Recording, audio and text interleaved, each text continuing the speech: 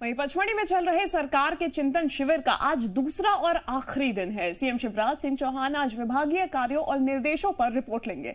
इसके अलावा नवाचारों और आगामी रणनीति पर भी चर्चा की जाएगी। सीएम शिवराज सिंह चौहान आज मंत्रियों के प्रभार वाले जिलों से संबंधित विषयों पर भी बात करेंगे। माना जा रहा है कि आगामी चुनावों को लेकर रणनीति का भी विचार किया जा सकता है। शाम को कार्यक्रम के समापन के मौके पर सीएम शिवराज सिंह चौहान सभी लोगों को संबोधित करेंगे और फिर प्रेस कॉन्फ्रेंस करेंगे। इससे पहले बैठक के पहले दिन सरकारी योजनाओं को लेकर कई अहम फैसले किए गए।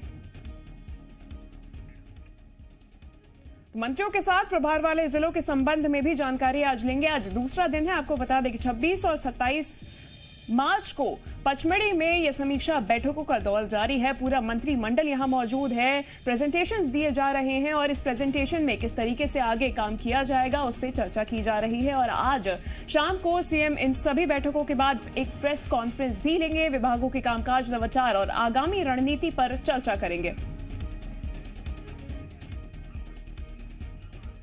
ज्यादा जानकारी के साथ जी मीडिया संवाददाता प्रमोद शर्मा हमारे साथ जुड़ गए हैं। प्रमोद, आज दूसरा और आखिरी दिन है ये चिंतन बैठक का। कई अहम फैसले किए जा सकते हैं। किन मुद्दों पर चर्चा हो सकती है?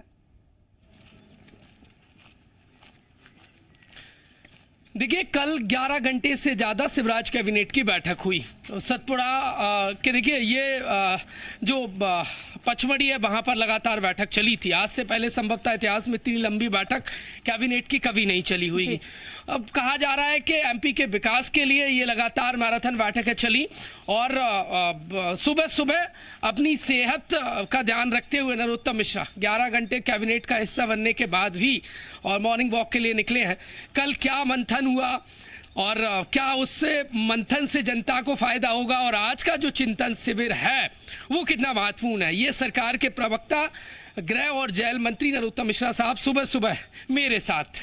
सर, कल चिंतन हुई, कई मुद्दों पे बड़े फैसले हुए हैं। कई योजनाओं को फिर से लागू किया जाएगा। एक महत्वपूर्ण के तीर्थ दर्शन योजना फिर से शुरू की जा रही है, हवाई जहाज से तीर्थ दर्शन।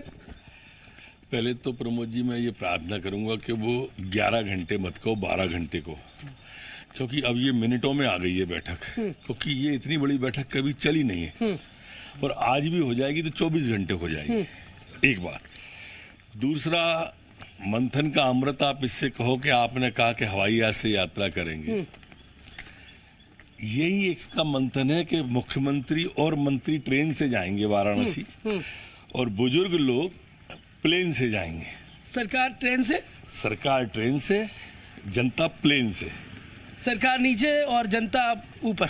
ये भाजपा की सोच है। हमारे लिए जो दीन है, जो हीन है, जो दुखी है, जो गरीब है, जो पीछे है, वो हमारे लिए सबसे आगे है। ये सोच मुख्यमंत्री जी का रहता है और उसका परिणाम आपके सामने है, जो लगातार मैराथन बैठक चल रही है। कई और योजनाओं को लेकर भी बड़ा ऐलान हुआ, चाहे तो राशन वितरण को हो या फिर हम बात करें तो लाडली लक्ष्मी कन्यादान योजना। निश्चित रूप से वो सारी योजनाएं तो आपने रख दी हैं कल, लेकिन आज भी काफी बड़ी घोषणाएं माननीय मुख्यमंत्री जी करने वाले हैं और 2 बजे वो आपसे रूबरू होंगे, 2:30 बजे। तो इसलिए बहुत सार्थक बैठक और सारगर्भित बैठक रही है। मंथन के पहले दिन जो आपका चिंतन था, विपक्ष बड़ा तंज कस रहा था कि ये तो डेस्टिनेशन टूर चल रहा है। अच्छा, मैं तो कह रहा हूँ विपक्ष कर रहा होगा ना। आप विपक्ष की सुनो ना हमारे पक्ष की सुनो। आपके कैमरे की आंख तो हमसे भी दूर देखती है ना। आपको एक भी मंत्री कहीं किसी पर्यटक स्थल पर दिखाओ तो बता दो, एक अधिकारी दिखाओ तो बता दो। आप लोग तो हो सकता है दर्शन के साथ साथ ये भी देख रहे हो कि कोई मिल जाए। मेरी सहानुभूति है उन कांग्रेस के मित्रों के साथ कि वो यही सब ढूंढते रहे। देखिए, हम डूब के चिंतन करने आए थे, मनसा वाचा कर्मणा आए थे, किसी के कहने पे नहीं आए थे, स्वप्रेरणा से आए थे मुख्यमंत्री जी के। और इसलिए हम वास्तव में हम क्या घूमना होगा तो फिर आ नहीं सकते हैं। कांग्रेस के मित्र रोक देंगे क्या या रोक लेंगे क्या? ये उनके लिए भी खुला है, हमारे लिए भी खुला है। पर हर चीज में राजनीति देखना, कभी तो यार वो जनता की सोचो मेरे मित्रों कांग्रेसी। कांग्रेस जनता की नहीं सोचती। आप बता दो, कहीं सोची हो कोरोना में देखी थी कहीं? आपको ही बताना पड़ेगा सर। नहीं, मैं बता रहा हूँ और पूछ रहा हूँ, कोरोना में कहीं देखे थे क्या? वो दिग्विजय सिंह जी की अस्पताल में देखे, कमलनाथ जी देखे, माननीय सोनिया जी देखी, माननीय राहुल जी देखे? आपको देखे हो तो आप ही बता दो ना, हमारा मार्गदर्शन करो, आपकी आंख तो बहुत दूर तक देखती है। बता नहीं सकते, जनता की इसलिए नहीं सोचते, और उसी का कारण है अभी 5 प्रांतों का चुनाव। देखो ये पब्लिक है, सब जानती है। सवाल तो सर मेरा ये भी है, कल आपने कहा था कि पूरे 5 साल नहीं मिले, इसलिए भी चिंतन ज्यादा जरूरी हो जाता है। मैंने वो बात इसलिए कही थी कि 2 का कह रहा थे, ये दोनों ही ने बहुत नुकसान किया प्रदेश का, एक कमलनाथ जी, एक करुणा। ये 2 का कहरा के कारण से ये स्थिति बनी है, और इसलिए मेरी मान्यता है कि हमारी जनता का, भाई एक आप कल्पना करोगे, कमलनाथ जी जो बेरोजगारी भत्ता देने के नाम पे आए थे, ऐसी कोई सरकार होती है 15 महीने की एक भी सरकारी वैकेंसी नहीं निकले? ऐसा होता है क्या कभी? नहीं निकली। रिकॉर्ड है ये, तो मेरे कहने से नहीं, मैं बीजेपी का हूं इसलिए। आप देखो उसको, पूरे एक का भी कर्ज माफ नहीं किया। कहते हैं हम तो आईफा और आयोजन करा रहे थे, रोजगार जनरेट होते, लोगों को आईफा से जैकलीन रोजगार निर्माण करती है यहाँ पे, सलमान खान रोजगार का निर्माण करते हैं। देखो यही तो हास्यास्पद बातें हैं, और ये जनता इन चीजों से चिढ़ती है मेरे मित्र। और तुम चुनाव परिणाम से भी सबक नहीं ले रहे, आने वाले समय में ढूंढते रह जाएंगे ये कांग्रेस को। एक प्योर पॉलिटिकल सवाल है मेरा। दिग्विजय सिंह को सजा सुनाई गई है, वो कह रहे हैं कि मेरा एफआईआर में नाम नहीं था और ये एफआईआर में नाम जोड़ा गया।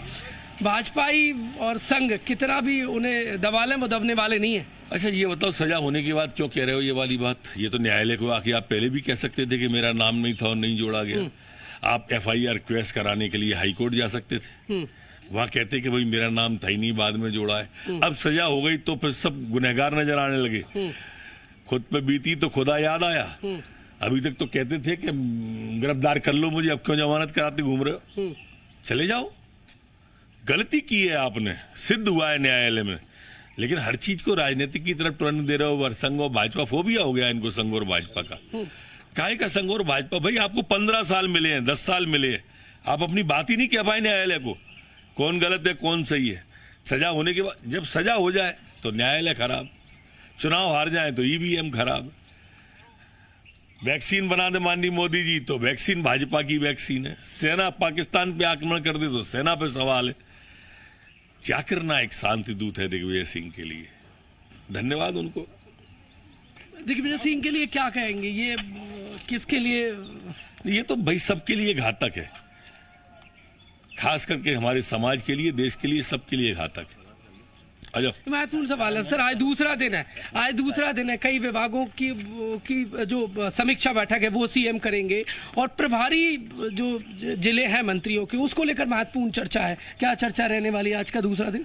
देखिए, प्रभार के जिले के अंदर सम्मानित मंत्रीगण जाते हैं, तो ब्यूरोक्रेसी एक पक्ष है, संगठन दूसरा पक्ष है, और इनसे तालमेल सभी से, पैचअप आपका सभी हमारे पारिवारिक संगठनों से भी, तो उनसे पैचअप आपका अच्छा है, और सुधार क्या कर सकते हैं, अच्छा और क्या कर सकते हैं, करने के लिए जा रहे हैं।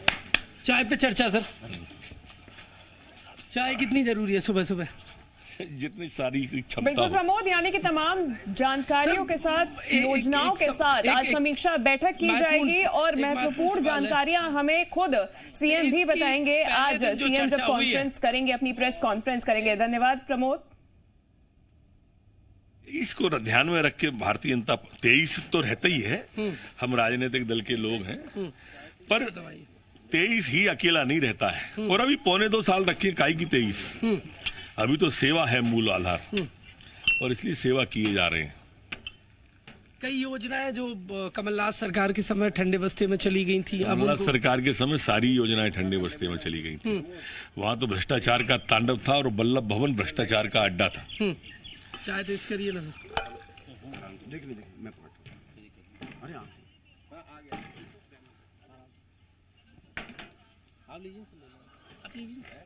टेस्ट करिए सर चाय। ठीक है, सरकार के गृह मंत्री नरोत्तम मिश्रा साहब थे। आज का दूसरा दिन रहने वाला है, वो महत्वपूर्ण रहने वाला है। बिल्कुल, आज का दिन बेहद महत्वपूर्ण रहेगा, क्योंकि समीक्षा की जाएगी, सरकार के समय ठंडे बस्ते में चली गई थी, वो फिर से जनता के हित में लागू की जाएंगी।